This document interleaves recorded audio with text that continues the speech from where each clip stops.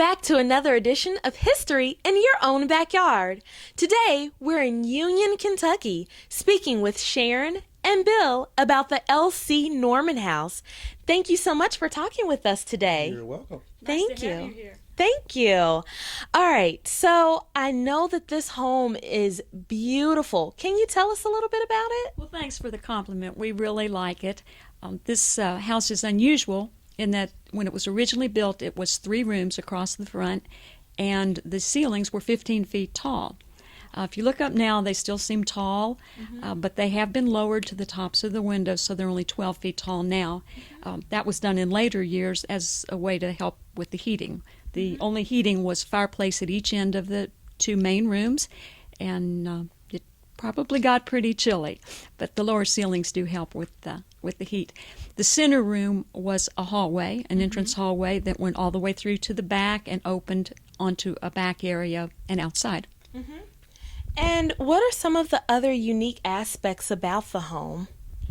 Well, it's federal architecture, and then later, not too many years later, an Italian innate front porch was added. Okay. So the gingerbread French porch is Italianate, and it dressed up the somewhat plain look of the federal.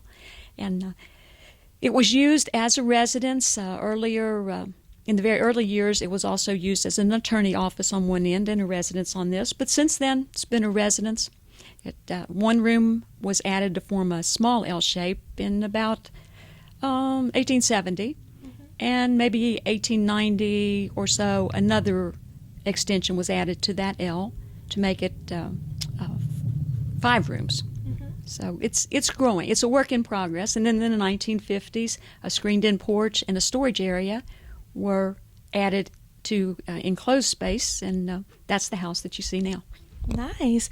And can you talk to me a little bit about L.C. Norman? Yes. I can tell you first, this was built in approximately 1860 by a gentleman named James Corbin. He acquired this property in 1853, and then he sold it. He was a Confederate soldier, and his whole family was, and he sold it to another Confederate soldier in 1871 after the war. L.C. Norman was kind of a jack of all trades. He was a Confederate lieutenant, captain, and a major. He was captured in in Mount Sterling, Kentucky, and he was put in prison in Indiana, and he was part of a prisoner exchange that only involved him and another man called A.H. Townsley from Campbell County. And A.H. Townsley was a civilian, and Lieutenant Norman was, of course, not a civilian. General Braxton Bragg and Major General H.G. Wright wrote letters to each other discussing these 2 people, and they said, "We'll trade. Okay, you give me yours, I'll give you mine." So they traded. He got out of the prison and he went to Vicksburg, still as part of what's called Captain Corbin's guerrillas and later Jesse's battalion. And then after the war, there's a couple of years where I can't tell exactly what he was doing, but we believe he was a lawyer because there's a document that was drafted by him that a lawyer would draft. And then in the late 1860s, he became several things. He was the surveyor for Boone County, and then he became a state senator, and he became the commissioner of insurance for the state of Kentucky. And then he became a delegate for the Democratic National Convention, and he was a representative. And the last 9 years of his career as a political career, he was the state auditor. The interesting part about that is that he made almost as much money as the governor at the time. Wow. And he was the second highest paid politician in Kentucky. Wow. And he died, and that's why they named the house after him, I guess, because of his history. And he died in 1904, is buried in Frankfort. Okay. And I understand that there's at least one other notable person that's tied to this house. Can you talk to us about him? Yeah, General John Hunt Morgan. L.C. Norman was part of Morgan's men, and he was part of Corbin's guerrillas, which was a division of Morgan's men. General Morgan was taken prisoner and put in a prison up in near Columbus, Ohio, and he escaped. And he came right here through Kentucky, through Union, Kentucky. There was a White House behind the property here, about just a couple hundred yards from here, a gentleman named Daniel Pyatt owned. Daniel Pyatt and a Mr. W.P. Corbin helped General Morgan escape. They housed him in that house for a couple days, and then Henry Corbin across the street had him out for dinner.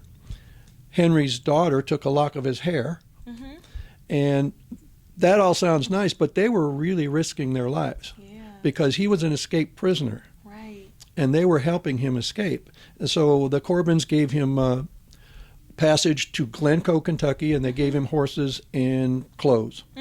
And he came through here during his escape, and also L.C. Norman was one of his men during the war. Wow. Now, can either of you talk to me about some of the unique aspects outside of the house? The house is much like it looked back in the 1860s. The front shutters are original. The hardware on the shutters say 1854. So it's built somewhere between 1854 and 1860.